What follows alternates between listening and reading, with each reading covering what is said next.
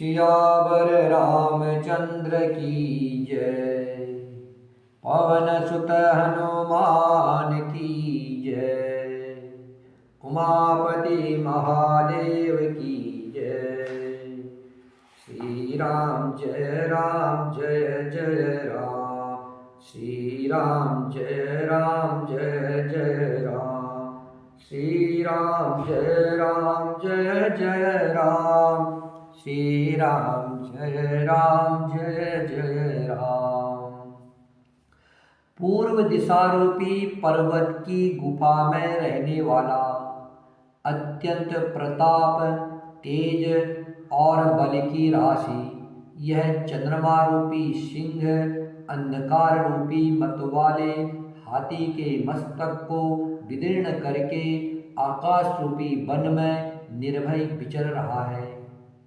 आकाश में बिखरे हुए तारे मोतियों के समान हैं, जो रात्रि रूपी सुंदर स्त्री के श्रृंगार है। प्रभु ने कहा, भाइयों, चंद्रमा में जो कालापन है वह क्या है? अपनी अपनी बुद्धि के अनुसार कहो। सुग्रीव ने कहा, हे रघुनाथ जी, चंद्रमा में पृथ्वी की छाया दिखाई दे रही है। किसी ने कहा, चंद्रमा को राहु ने मारा था, वही काला दाग हृदय पर पड़ा हुआ है।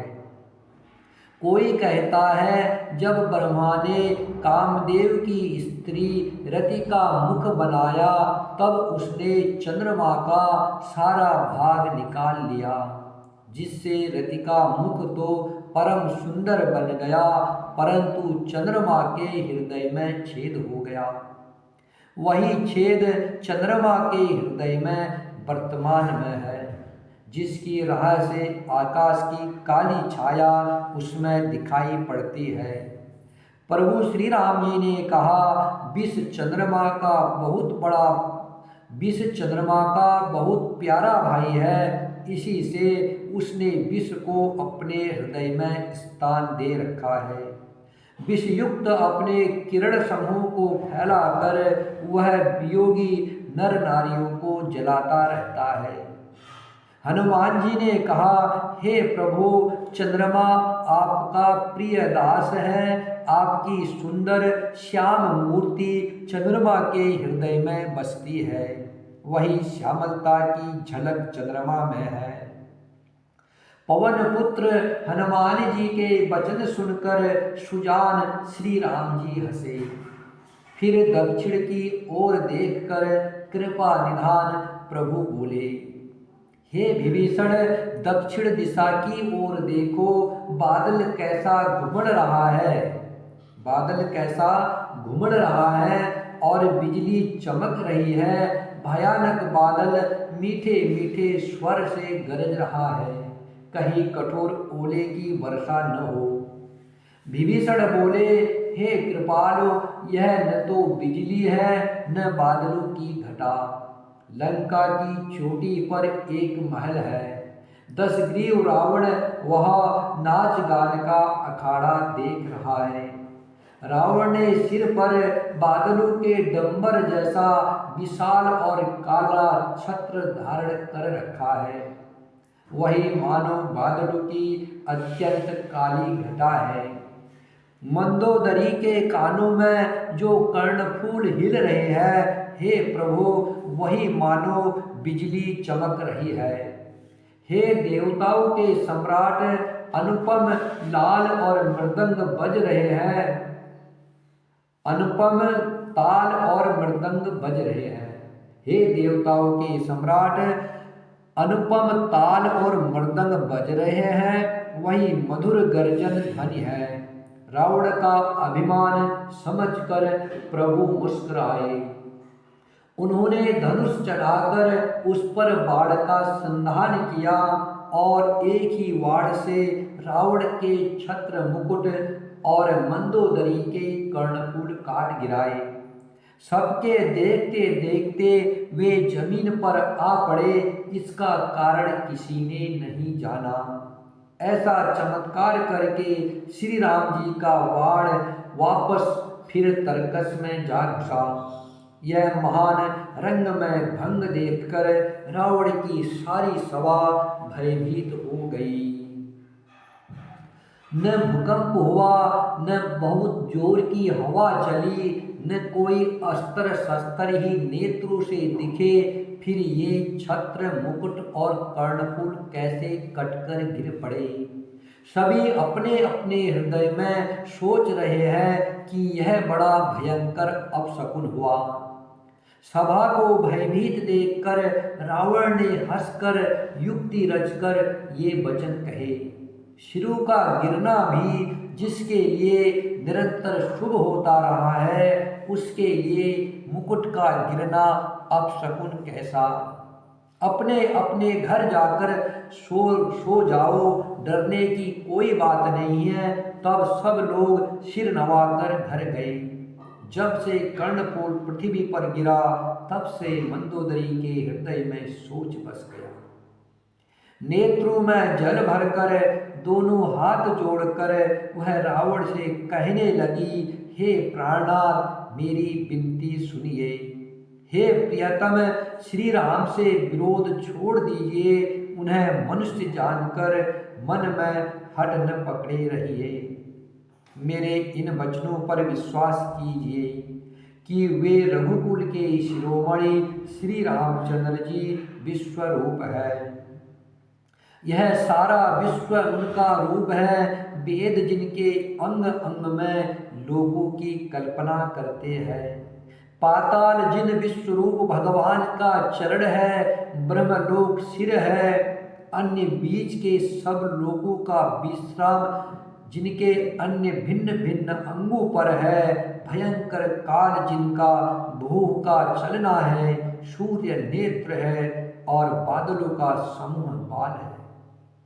अश्वनी कुमार जिनकी नासिका है। रात और दिन जिनके पलक मारना और खोलना है। दसों दिशाएं कान हैं, वेद ऐसा कहते हैं। वायु श्वास है और वेद जिनकी अपनी वाणी है। लोभ जिनका अधर है, यमराज भयानक दांत है। माया हंसी है, दिक्पाल भुजाएं हैं। अग्नि मुख है, वरुण जीव है। उत्पत्ति, पालन और प्रलय जिनकी क्रिया है। 18 प्रकार की असंख्य वनस्पतियां जिनकी रोमावली है। पर्वत अस्तियां है, नदियां नसों का जाल है। समुद्र पेट है और नरक जिनके नीचे की इंद्रियां है। इस प्रकार प्रभु विश्वमय है, अधिक कल्पना क्या की जाए। शिव जिनका अहंकार है, ब्रह्मा बुद्धि है, चंद्रमा मन है और विष्णु ही चित्त है। उन्हीं चराचर रूप भगवान श्री राम जी ने मनुष्य रूप में निवास किया है। हे प्राणपति, ऐसा विचार कर प्रभु श्री राम जी से बैर छोड़कर श्री रघुवीर के चरणों में प्रेम कीजिए, जिससे मेरा सुहाग न जाए।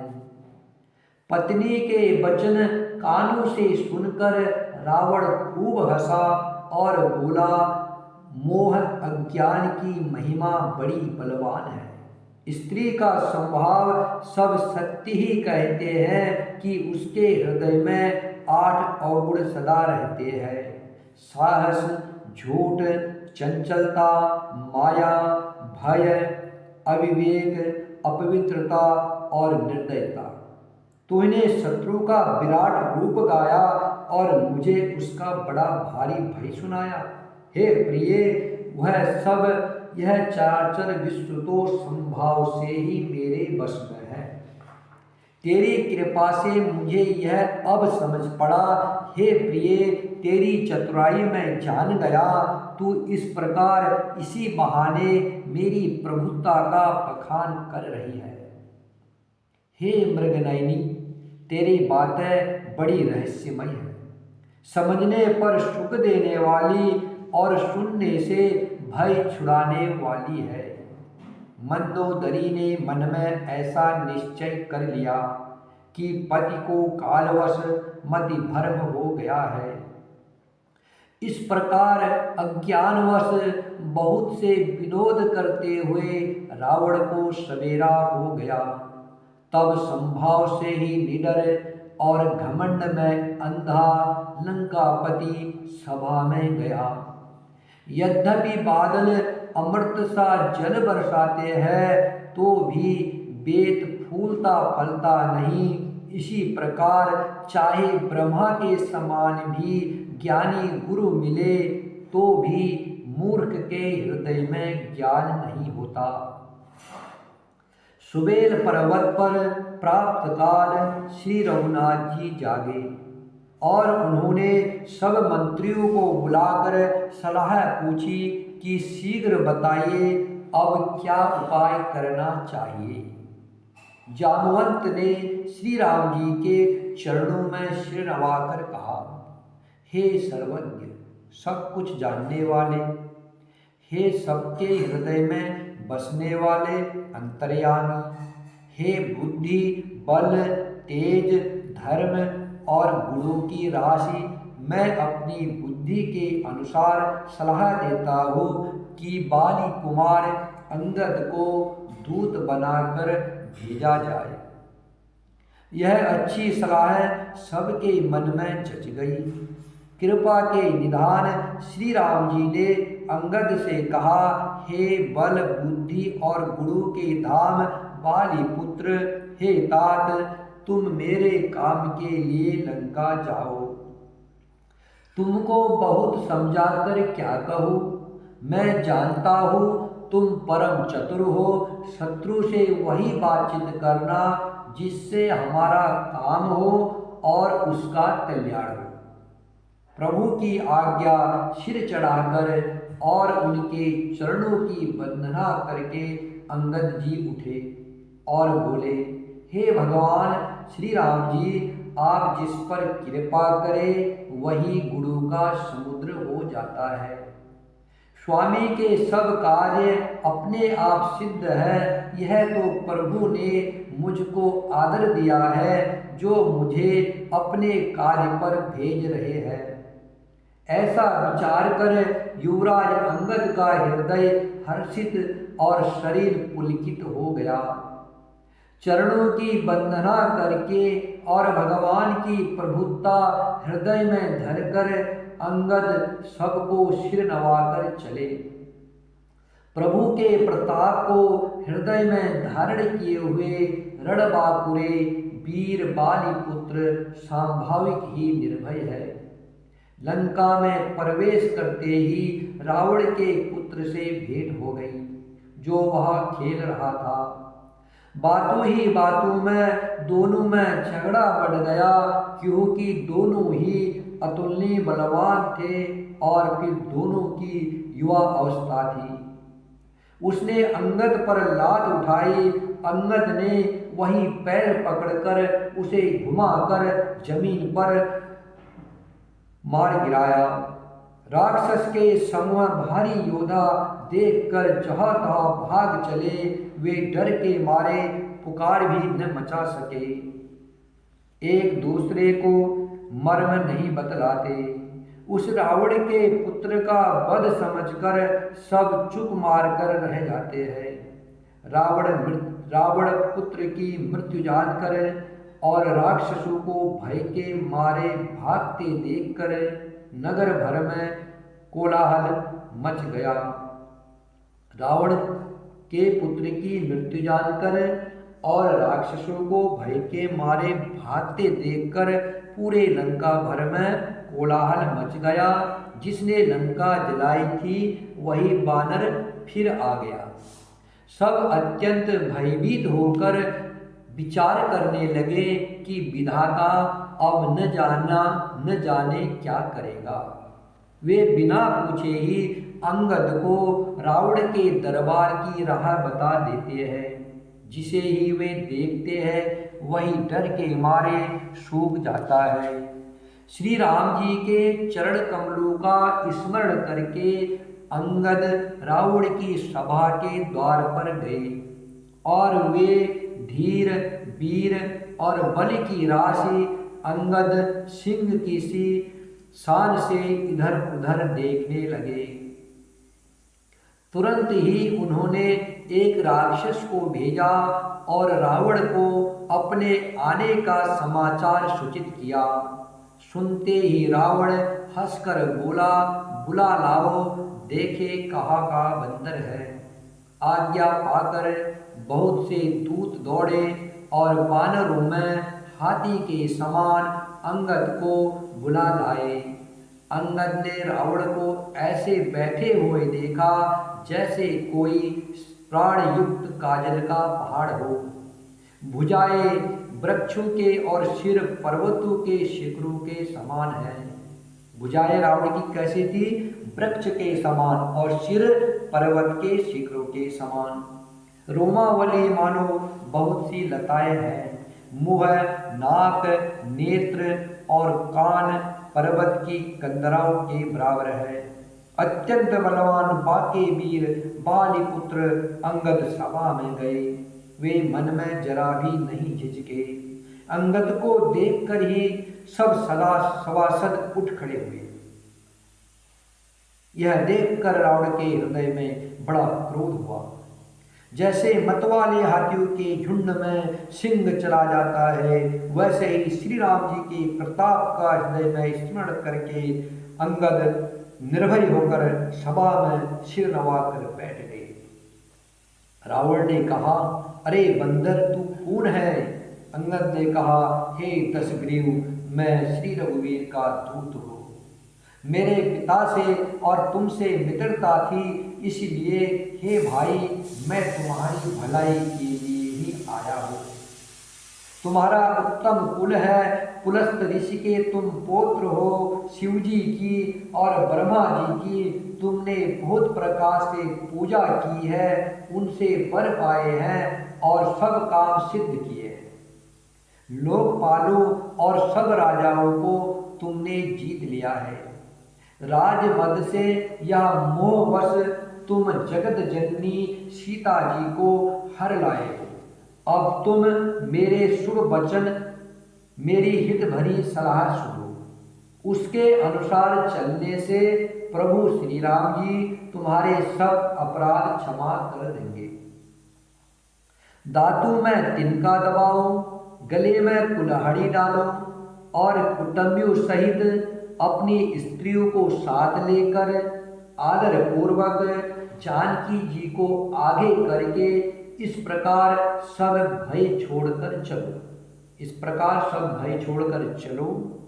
और हे शरणागत के पालन करने वाले रघुवंश शिरोमणि श्री राम जी, मेरी रक्षा कीजिए, रक्षा कीजिए। इस प्रकार आत्र प्रार्थना करो। आत्र पुकार सुनते ही प्रभु श्री राम जी तुमको निर्भय कर देंगे।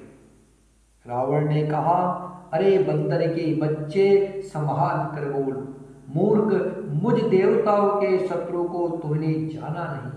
अरे भाई, अपना और अपने बाप का नाम तो बता, किस नाते से मित्रता मानता है? अंगद ने कहा, मेरा नाम अंगद है, मैं बाली का पुत्र हूँ। उनसे कभी तुम्हारी भेंट हुई थी? अंगद का वचन सुनते ही रावण कुछ सकुचा गया और बोला, हाँ मैं जान गया, मुझे याद आ गया, बाली नाम का एक बंदर था। अरे अंगद, तू ही बाली का लड़का है। अरे कुलनाशक, तू तो अपने कुल रूपी वास के लिए अग्नि रूपी पैदा हुआ, गर्भ में ही क्यों नहीं नष्ट हो गया? तू व्यर्थ ही पैदा हुआ, जो अपने ही मुंह से तपस्वियों का दूत कहलाया। अब बाली की कुशल तो बता, वह आजकल कहाँ है? तब अंगद ने हंसकर कहा, कुछ दिन बीतने पर स्वयं ही बाली के पास जाकर अपने मित्र को हृदय से लगाकर उसी से कुशल पूछ लेना। श्री राम जी से विरोध करने पर जैसी कुशल होती है, वह सब तुमको वे सुनाऊंगे। हे मूर्ख, भेद उसी के मन में पड़ सकता है। भेद नीति उसी पर अपना प्रभाव डाल सकती है जिसके हृदय में श्री रघुवीर न हो।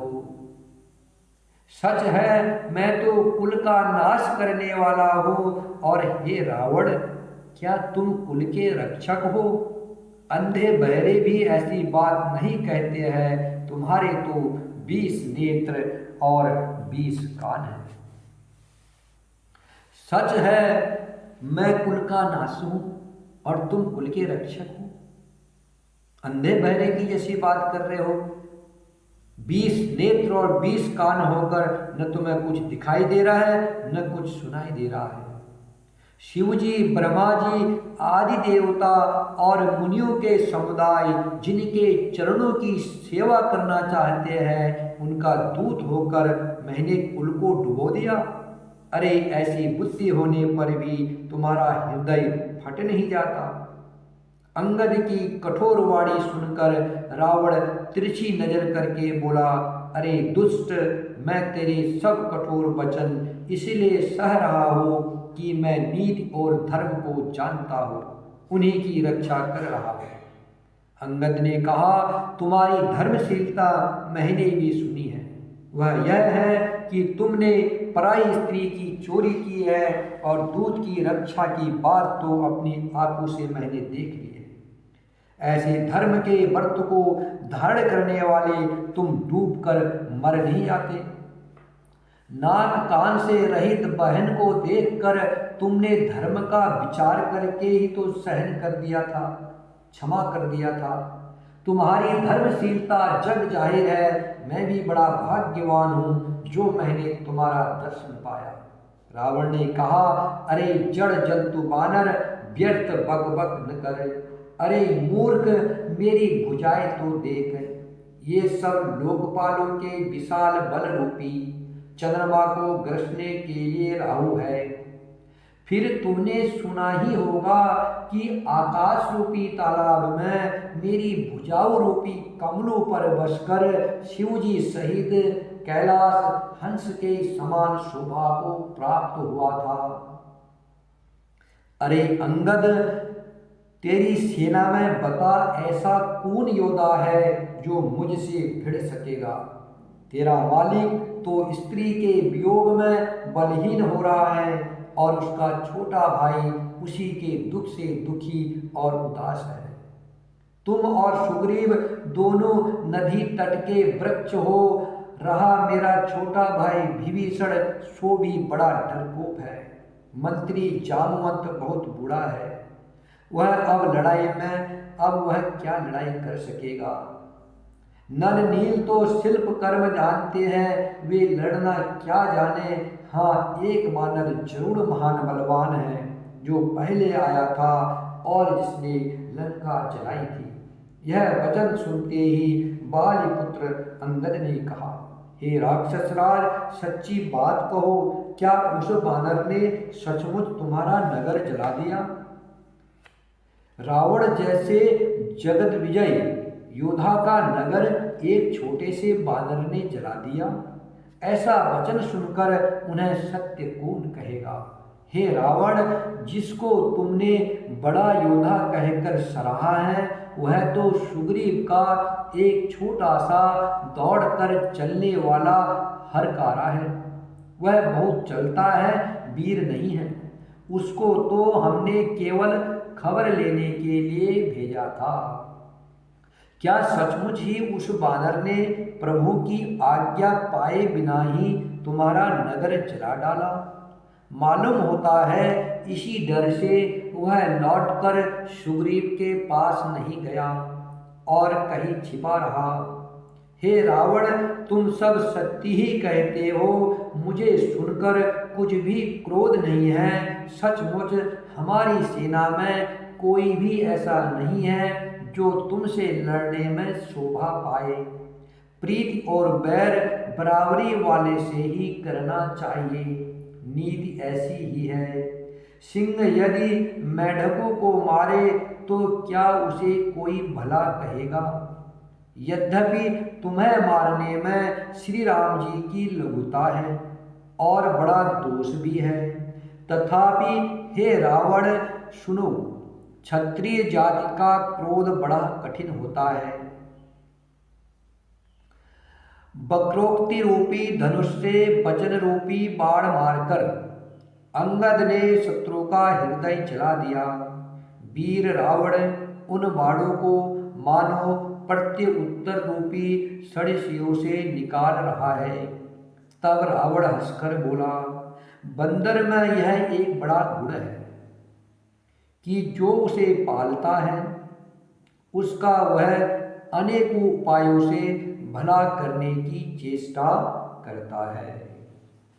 श्री राम जय जय राम, श्री राम जय जय राम, श्री राम जय जय राम, श्री राम जय राम। सियावर रामचंद्र की जय, पवन सुत हनुमान की जय, उमापति महादेव की जय।